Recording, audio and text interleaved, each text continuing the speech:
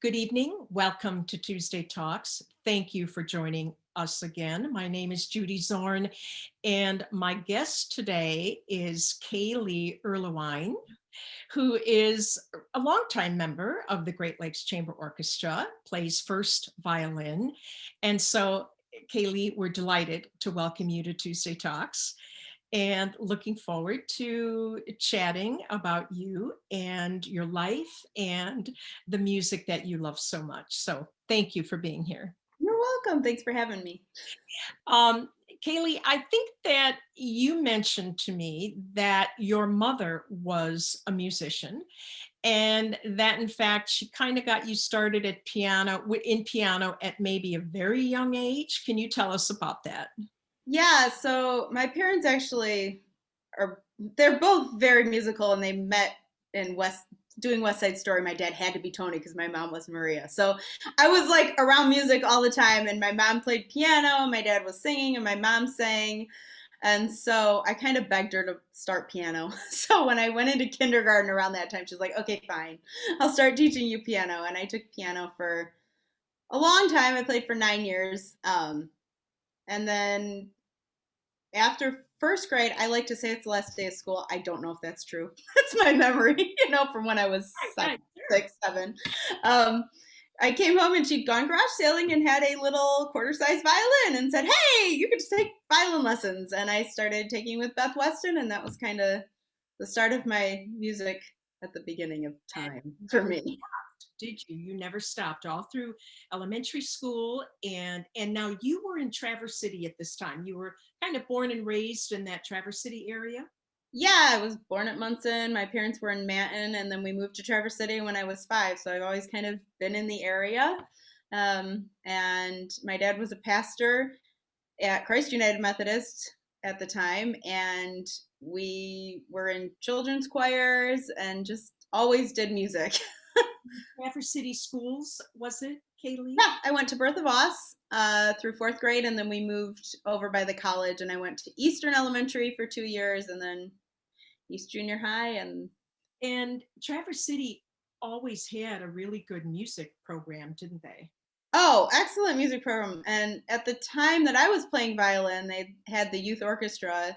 Now it's civic, so it's intergenerational, but at the time it was mostly aimed at like high school students.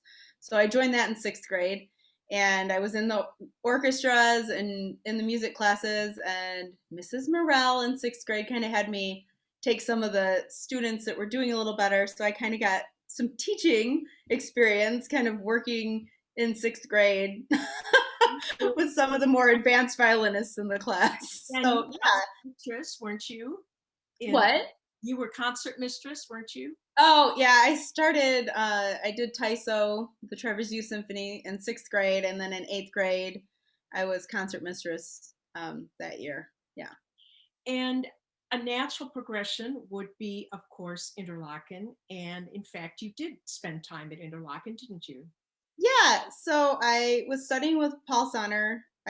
Switched to him in 6th grade, and I asked and decided and auditioned for Interlochen the summer before my 9th grade year, and went to the academy for 4 years, and it was the best, some of the best times of my life. I still have so many. It was wonderful. I loved it, and it just cemented that love of music for sure.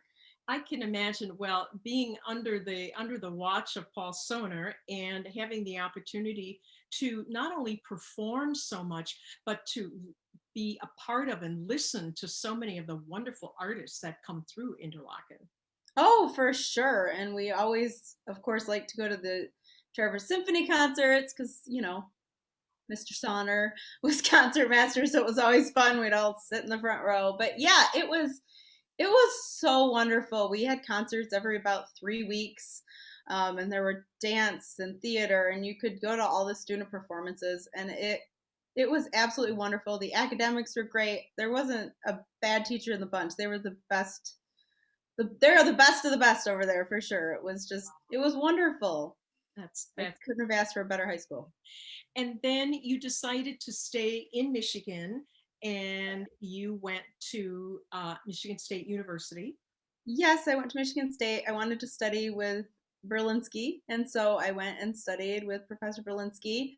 And I started out in performance, but it was kind of perfect situation because I realized I did not want to just do violin performance, and I probably wasn't going to just have a full-time orchestra career. And so I switched to music therapy, which they had the program at the time, and it was absolutely phenomenal. So I got to work with the special needs kids and adults, and I always had a love and a desire to do that, and it kind of combined both of my career thoughts, because at that point I hadn't heard of music therapy till I went to Michigan State. So Yeah, right. yeah.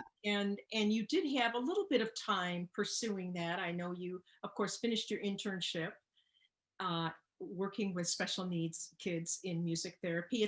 It's not always a program that you can find everywhere. Because you moved back up to Traverse City then after.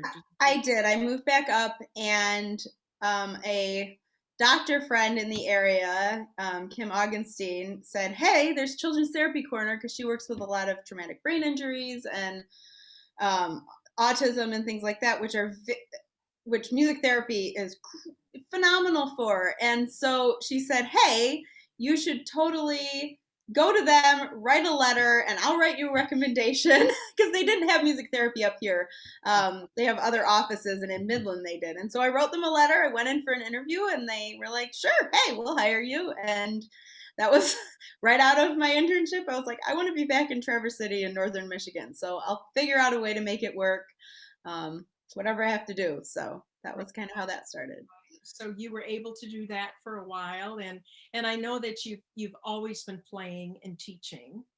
Yes, so I did that for a while, and I had a few students in high school and throughout college, and then got up here and built a little studio. So, right out of college, you're kind of doing all sorts of things. The antique store I was working at, and the grocery store in Elk Rapids, and then doing therapy and teaching and playing and trying to kind of piece it all together. And I just knew that I wanted to be back in northern Michigan because I That's loved what it up here. musicians often do, don't they? They piece it all together. Yeah. Exactly.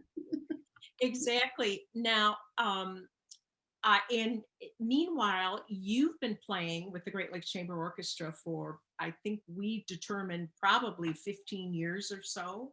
Yeah, somewhere around there. Matt Hazelwood, who used to be the director before he passed, was the director at the academy when I was there. And so I actually used to carpool with him because I lived in town and was a day student. And my parents basically like met him at orientation and were like, "Hey, we need a way to get her to school, and she doesn't have a driver's license."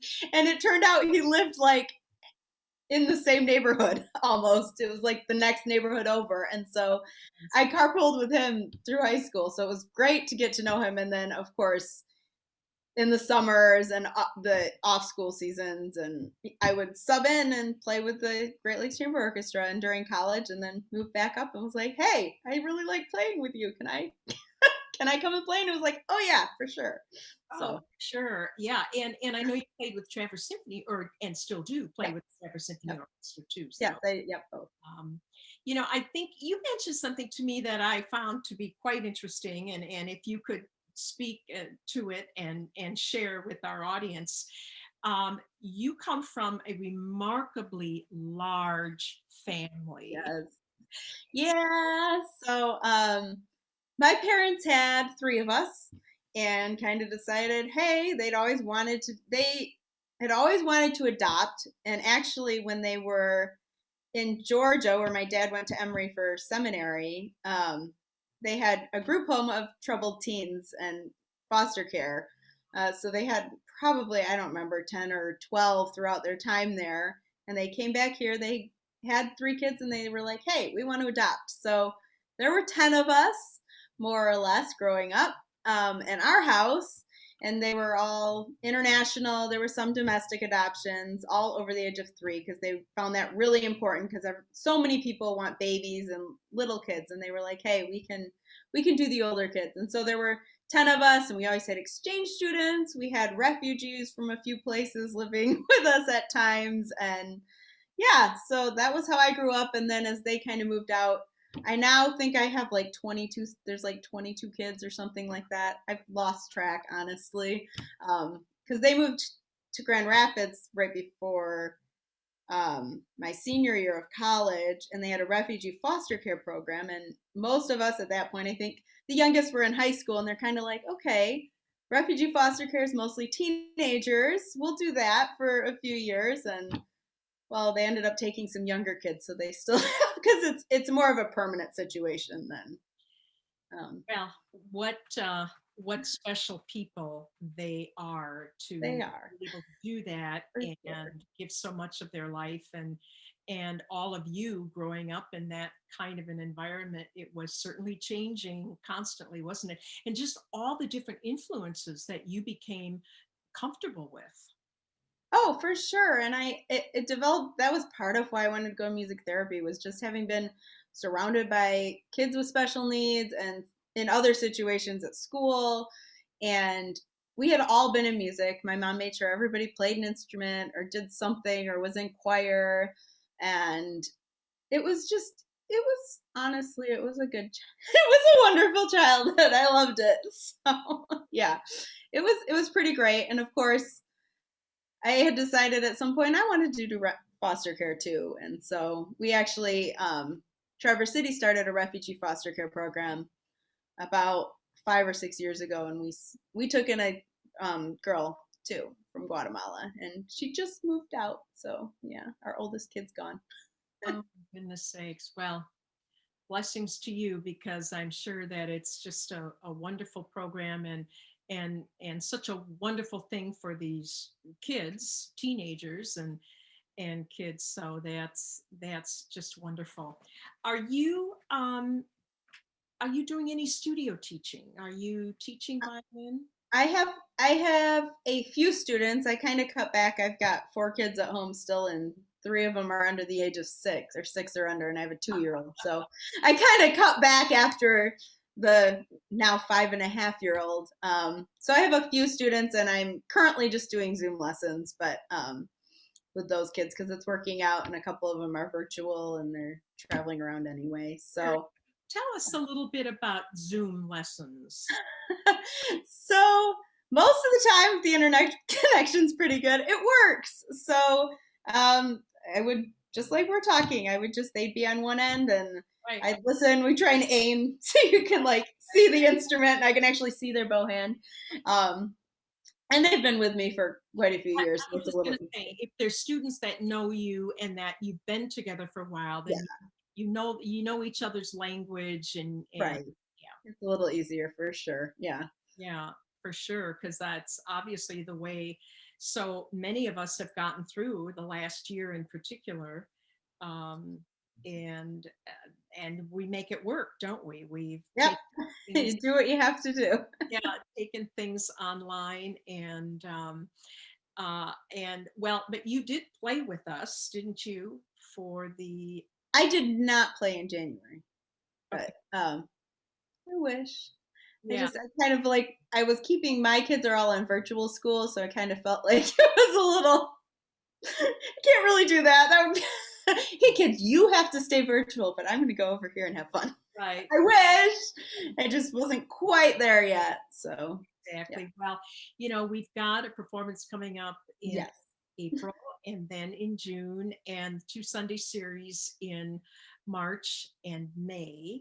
And, we just feel that, with more and more people getting vaccinated, and with some of the studies that are out there, that there are many people who would love to be part of a live performance. So, and we've got a wonderful COVID policy and procedure in place. And so we are looking forward to very carefully bringing live orchestral music back to our area. And of course, it'll be a smaller audience. We know that, um, but it'll be exciting, I'm sure.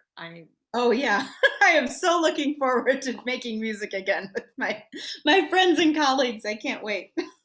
Yeah, yeah. Have you been able to do any practicing while you're shut in? Occasionally, it's so hard sometimes when everybody's at home all the time and I'm just so tired, and it's hard to stay motivated when you don't have something you're working towards. So Well, Occasionally, I've been trying to keep it up, but it's hard. It's harder for sure. 3 kids under 6, I think we all understand Yeah. where your life is and what's all going on with your life. So that's pretty incredible. So and so being a mom and having a family and playing the violin and playing with, are there any opportunities coming up with Traverse Symphony Orchestra? Yeah, they're planning some summer stuff too, so that'll be a lot of fun. I'm Right, right. looking forward to getting back on it. A few weddings here and there, and yeah, Exactly. it'll be nice. Exactly. And I'm sure you're getting excited about our new summer series, Little Bay Live. Oh yeah, And I just want to get back and I want to start playing with people again, not just by myself. It'll be yeah, great. and I know our audiences just want to be part of that live performance experience again. You know, we all understand keeping things going in a virtual context, but it certainly is not the same, is it? No, it's not the same at all. It's you don't get this. Yeah, you need the personal connection for sure. So Exactly. Well, thank you so much for joining us. I don't know if you have any other comments that you'd like to make for our audience. no, I am so glad that we're just staying connected with everyone. I think this is wonderful. A great way to keep like we're still here. We're here.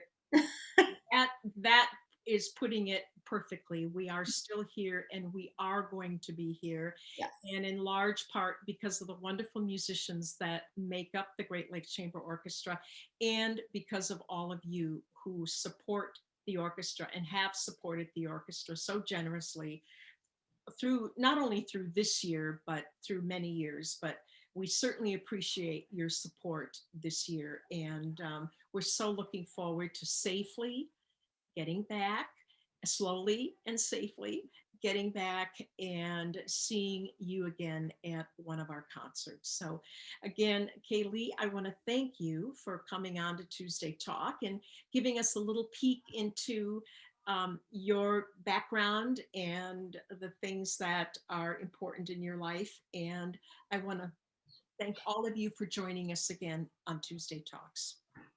Thanks. Thank you for having me. It was a pleasure.